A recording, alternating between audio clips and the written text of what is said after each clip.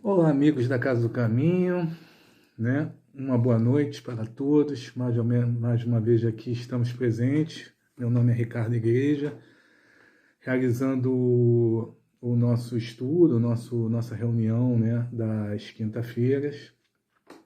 Hoje é quinta-feira, né? Então vamos fazer o nosso livro dos Espíritos, né? Lei de Justiça, Amor e Caridade, né? Justiça e Direitos Naturais, né? O capítulo 11 do Livro dos Espíritos, na parte terceira do Livro dos Espíritos das Leis Morais, capítulo 11, item 1, do 873 até 879, né? Então vamos lá, gente, fazer uma breve oração.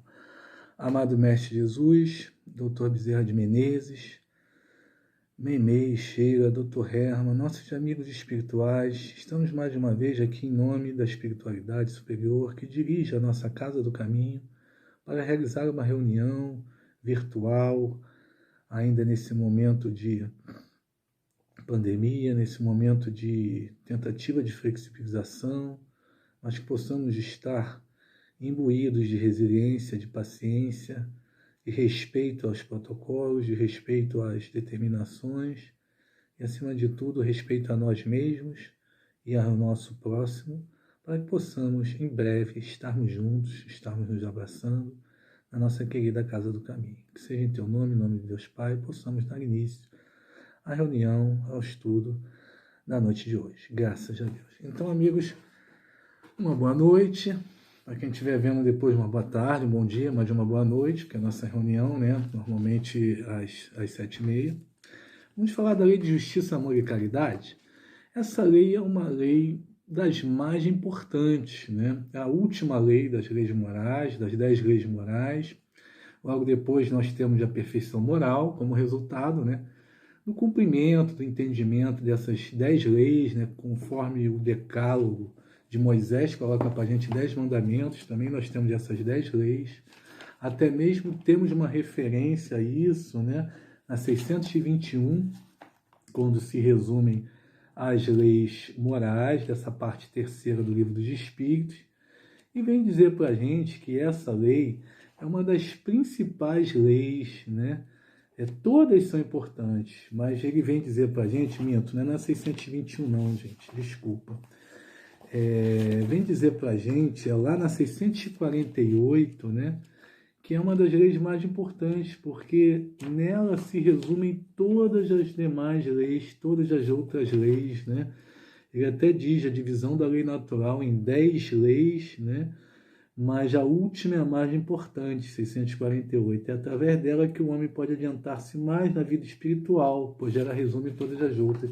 E por que isso? Porque a gente tem ela como um vetor de aplicação e interpretação de todas as outras leis. Você tem conceitos como justiça, amor e caridade unidos, né? E se eles estão juntos, por que deles estarem juntos? Eu que sou do direito, por exemplo, acho que isso aqui não caiu por acaso para mim, né? Quando a gente fala em justiça, a gente pensa assim, igual aquele compositor Renato Russo, né, compositor de rock, de música brasileira, já desencarnado, dizia numa das suas letras, suas canções, essa justiça tão desafinada, é tão humana e tão errada. Será que a justiça é desafinada? E na própria letra a gente tem uma resposta, a justiça humana, né? Então a gente pensa, como é que a justiça está junto a amor e caridade? A gente vê tanta injustiça nas próprias leis escritas ou na aplicação da lei por juízes, por ministros de cortes supremas, pelo próprio Poder Executivo na aplicação da lei. Muitas vezes vemos tanta coisa errada em outros países, dentro do nosso país. Que justiça é essa que está sendo falada? Então a gente vai ver o conceito de justiça, valor, direito, conhecimento, ciência do conhecimento que tenta realizar justiça, e a justiça divina propriamente dita, é o que se trata o nosso livro dos Espíritos nesse capítulo. Tanto que na 873 e na 874, ele vem perguntar se o sentimento da justiça está na natureza. Em que natureza? Está na lei divina ou natural que já estudamos antes. Toda vez ele faz essa pergunta sempre no começo das leis morais. E sim, ele está na natureza, todos têm um senso de justiça, né? A pessoa mais simples tem um senso de justiça, às vezes até tem um senso melhor de justiça que a pessoa que tenha mais posses ou grande saber. E a gente vê isso no dia a dia, né? Muita gente vê, né, gente que, por exemplo, um coletor de lixo, um taxista que devolve o dinheiro, uma pessoa que varre a rua, que encontra um dinheiro, uma quantia vultosa e devolve aquilo, né? Será que a gente, no nosso saber, na nossa formação acadêmica, teria essa mesma noção de que, olha, eu preciso devolver esse dinheiro? Eu acredito que sim, até porque a gente está estudando espiritismo, mas será que outros teriam? A gente tem dentro de nós um conceito, um senso de justiça. Ele é dado pelo progresso? Não, ele já vem, porque a gente é criado por Deus, tem um DNA divino, já tem gravado na nossa consciência isso. Mas ele diz na própria resposta 873 que o progresso moral desenvolve ele. Então, essa lei é aliada à lei do progresso, à lei de sociedade, porque a gente vai ver o conceito de justiça relacionado à questão da sociedade, e também a própria lei de igualdade. Então, o progresso moral vai se desenvolver sem dúvida isso, mas Deus pôs no coração do homem esse senso de justiça, que até mesmo uma criança o tem. Ele diz, isso está errado, tio, isso está errado, pai, isso está errado, isso é feio, né? A criança fala, né? Então a criança sabe dentro dela, até pelas encarnações anteriores também, que o espírito carrega esse aprendizado. Mas, frequentemente, a 874 vem dizer para a gente, isso vem sendo distorcido, né? Como é que se explica que isso está na natureza, mas tem homens que pensam de forma tão diferente quanto ao conceito da justiça? Aí a gente vai ver a situação dos prismas culturais. Antes da gente entrar nisso, faltou eu dizer, por que está dentro dessa lei esses três conceitos, lei de justiça, amor e caridade? Se a gente pensar, vamos dizer, por que estão juntos, vinculados? Justiça é dar a cada um aquilo que é seu, é respeitar o direito do outro, é dar ao outro, né? Respeitar o direito do outro. Então você está olhando para o outro, né? Amor é você desejar o bem ao outro. E caridade é praticar o bem, é o amor em ação, também para o outro. Então tudo vem do amar ao próximo como a ti mesmo. Então você tem alteridade. Você sai do teu interesse pessoal, se preocupa com o outro, respeitando o direito do outro, dando a cada um aquilo que é seu, dando ao outro aquilo que lhe é devido e que você queria que fosse também para você, né? Não uma coisa ruim. Então, você desejar o bem ao outro, que é um segundo passo, que é o amor, e o terceiro passo, mais difícil, mais importante ainda, fazer o bem ao outro, praticar o bem em ação. Então, são três conceitos que se relacionam. E a gente vai ver na última pergunta, isso até colocado para a gente, desses itens. Então, uma das leis mais importantes e mais abrangentes, é um vetor de aplicação e interpretação de todas as demais leis morais. E, por sua vez, o conceito de justiça, ele acaba sendo desvirtuado pelas más paixões, pelas culturas, prismas culturais, diferentes de países para países, de tempos em tempos, de épocas em épocas, que vão dando um vício, né, nesse conceito, um ponto de vista falso. É só a gente pensar, por exemplo, no próprio conceito de Deus, que a gente já teve no encontro de carnaval colocado para a gente, o primeiro encontro que eu fiz, o que é Deus, né? Deus é soberanamente bom e justo, a gente até soberanamente bom e justo, né? Então está aí a justiça, mas a gente compreende a justiça divina, a gente compreende Deus. Então, através dos tempos, a gente vai vendo Deus sob prismas culturais diferentes. Um Deus de vingança, um Deus de barganha. Na verdade, a gente vê o Deus espírita como um Deus justo, um Deus que é a inteligência suprema. Então, quando a gente for mais elevado, espíritos mais elevados, nós vamos compreender melhor a justiça divina, né? E para isso a gente tem que se entender como espíritos imortais. Não só compreendermos como filhos de Deus, mas também como espíritos imortais, para melhor desenvolvermos e aplicarmos essa justiça divina, né? Sermos agentes dessa justiça divina de que o capítulo vem dizer para a gente. Então, esses pontos de vista falsos, essas culturais falsas, esses prismas culturais que vão variando com o tempo, fazem variar a justiça dos homens, a justiça humana, o conceito de justiça humana. Tanto que ela vai se aprimorando até ter características de maior equidade. Porém, como se pode definir a justiça? E aí a justiça divina, 875, pergunta para a gente. A justiça consiste no respeito dos direitos de cada um. Esse conceito é até um conceito que remonta ao conceito aristotélico, né? O conceito de Aristóteles, que vem lá na Grécia Antiga, já dizia para a gente isso. Ela se relaciona à virtude, né? A um conceito de virtude, você respeitar os direitos de cada um. numa justiça também retributiva e reparativa, justiça universal e justiça individual. E o que determina esses direitos? Aí a gente vai ter, na lei humana, nós temos a base, a lei, as constituições, como fonte de validade até das leis, né? Os costumes, as tradições de um povo vão definindo as leis humanas. Então, a justiça tenta realizar como instituição o valor justiça através do quê?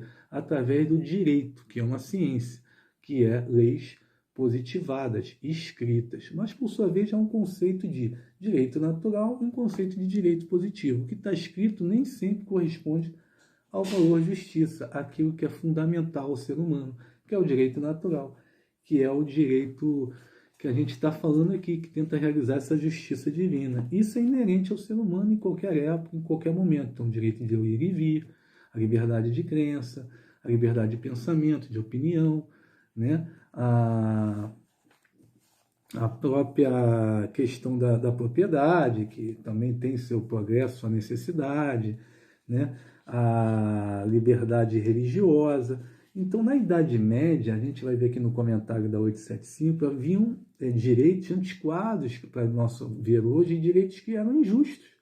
Você tem até a questão também da escravidão. Então, você ter aquilo como uma propriedade, a posse de alguém, um ser humano. Aquilo vai contra totalmente, já vive na lei de liberdade, contra a lei divina. Mas o direito positivava aquilo, escrevia aquilo como um direito. Então, era certo? Não. Então, perante a lei divina é imutável, ela é imaterial, ela não muda. Mas a lei dos homens gera primas falsos, ela muda ao longo do tempo, né?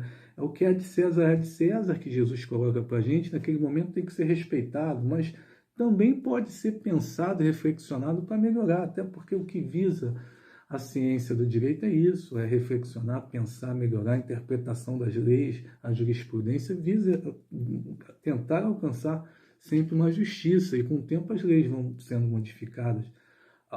Basta olhar por nossas constituições, quantas constituições tivemos ao longo do tempo.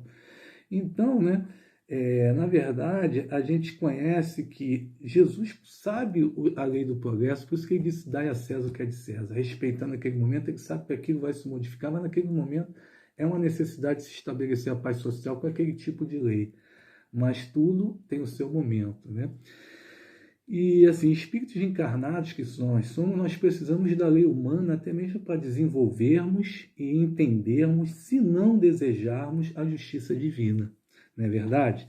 E direito e justiça são conceitos, então, diferentes. A gente já vem colocando isso aí. Nem sempre, né, o que está no direito está correto. A gente acha até que deveria estar, mas nem sempre. A gente tenta até a mudança da lei por causa disso. A gente já viu há pouco tempo também a situação, há pouco tempo, eu já sou um pouco mais velho que alguns, mas muitos que estão me ouvindo também sabem disso, do divórcio, que era proibido no Brasil. Depois da lei de 77, por aí, né, houve a mudança da lei do divórcio. O próprio Chico Xavier dizia no Pinga Fogo que duas criaturas não podem ficar obrigatoriamente juntas, brigando, né? E aquilo que parecia ser contrário à lei de Deus, olha, não separeis o que Deus juntou, isso é até um tema do Evangelho, não é bem assim, né? Aquilo que é para vir junto em todas as vidas, aquilo virá, né?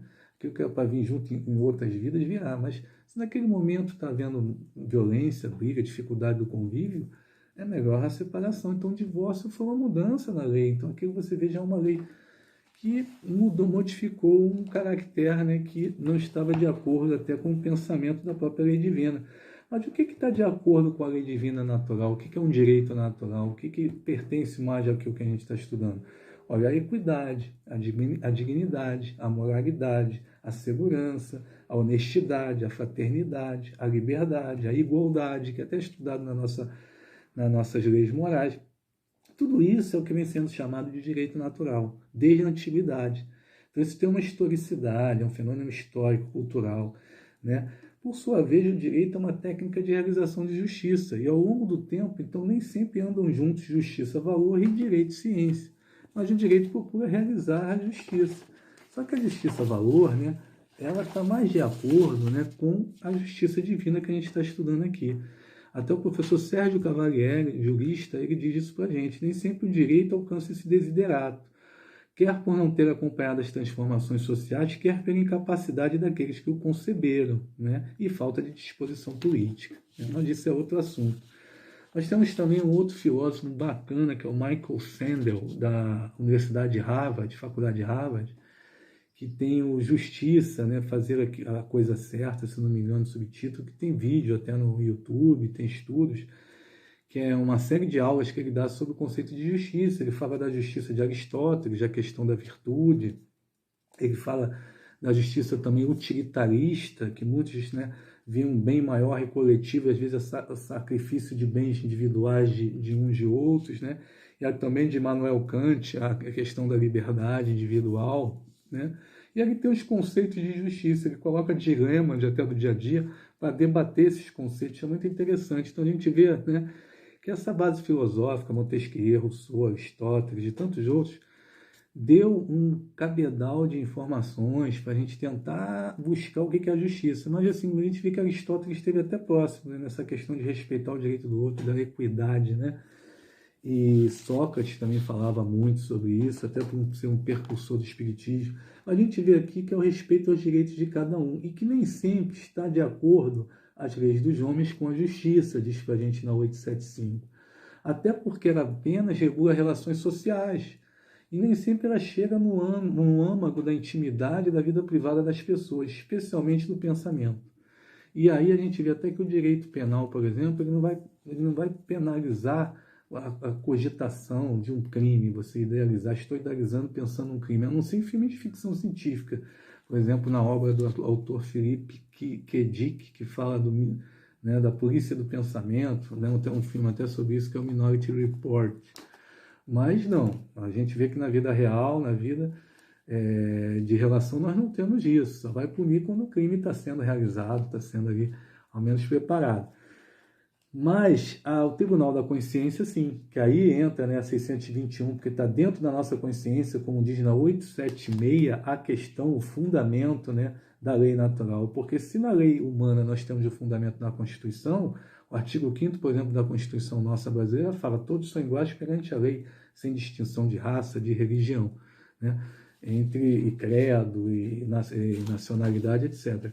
Então, quer dizer, ali já tem uma tentativa de realização do princípio da igualdade e da lei da justiça divina, né? Mas é uma cópia a nossa Constituição, nossas leis, fraca, pálida ainda, do que é de fato a lei divina natural, que tenta o direito natural chegar ao longo dos tempos, com a Declaração dos Direitos Humanos, os direitos fundamentais que nós temos nas Constituições, o direito à vida, à liberdade, à igualdade, à liberdade de crença, de religião, ao trabalho, à previdência social, são todos direitos. Nós temos direitos naturais de primeira geração, segunda, terceira, até quarta geração, tem direito ao meio ambiente ecologicamente equilibrado, à informação, à paz, né? Nós temos direito ao trabalho, à previdência social, nós temos a liberdade de votar, de ir e vir, tudo isso são direitos naturais, que até mesmo alguns países não vão consagrar de forma absoluta, vão restringir. Você vê então como o conceito da justiça, né, da lei humana natural é diferente da lei divina. Essa sim é imutável, essa nunca muda, né? Porque na lei humana aquilo vai sendo acrescentado, restringido, etc. e tal. E aí, daí na 876, qual é a base dessa justiça divina, desses direitos naturais? O que o Cristo disse: querei para os outros o que querereis para vós mesmos, que também o filósofo Immanuel Kant coloca como uma regra de ouro, imperativo categórico, né? Você desejar o outro que você desejaria para si mesmo. Como diz no comentário de Kardec dessa pergunta, a sublimidade da religião cristã foi a de tomar o direito pessoal como base do direito do próximo. Então, tomar o direito pessoal como base do direito do próximo. Eu quero para os outros o que eu quereria para mim mesmo, e não querer-se para si o que se quereria para os outros, o que não é absoluta a mesma coisa, né? Então, quer dizer, você tirar o interesse pessoal de lado, você desejar o outro que você deseja para você, você não vai desejar o mal para você, né? E aí, na 877, necessidade que o homem tem de viver em sociedade acarreta para si obrigações particulares? Sim, com certeza. A lei de sociedade impõe deveres além de direitos. Você tem um limite que a 878 traça para a gente, que o limite é o direito do semelhante. Meu direito termina quando começa o do semelhante, reciprocamente. Viver em sociedade traz obrigações, né? Então eu vou ter uma justiça divina se eu respeitar o direito do outro, se eu não realizar a justiça com violência, o que gera injustiças e obsessões, Então, essa situação da pandemia, a gente está vendo muito isso aí, né? A gente se respeitar, respeitar o espaço do outro, respeitar as determinações das autoridades sanitárias, das autoridades políticas, e também pensar sobre aquilo que nos é colocado, sobre, eu não vou usar a máscara. Por que eu não vou usar a máscara? A máscara é uma recomendação médica, científica. Isso eu estou respeitando o direito do outro, de não ser contaminado, eu não contaminar o outro, né? Principalmente se eu estiver num ambiente fechado, né? A questão da aglomeração, de festas particulares. Então aí a gente já destoa do próprio conceito da justiça humana, que estabelece em leis, em normas, decretos, as restrições, né? Que nenhum direito é absoluto, né? E por fim, se encaminhando para o nosso fim aqui do nosso item, do nosso estudo, né? Pode um homem se enganar sobre a extensão do seu direito? Já vimos que o limite é o direito do outro, e se criaria anarquia, essa questão de eu querer para o outro o que eu quero para mim, né? Em relação à subordinação. Não, porque sendo a autoridade moral estabelecida na sabedoria, como se coloca ao final, não há por que se falar em anarquia, né? E Deus não fez umas pessoas de limo mais puro que outras. Então, não vou dizer que eu sou engenheiro formado, como a gente viu há pouco tempo, ou eu sou desembargador, ou eu sou uma autoridade sensata, que eu sou melhor que o outro. Esses direitos naturais que a gente falou antes, direito de ir e vir, liberdade de pensamento, religiosa, né, a própria questão da honestidade, da integridade, da moralidade, da fraternidade, tudo isso se sobrepõe a você ser chefe, você ser subordinado. A gente tem que ser respeitado no que a gente chama de dignidade da pessoa humana, que é até um princípio que existe na própria Constituição Federal do nosso país.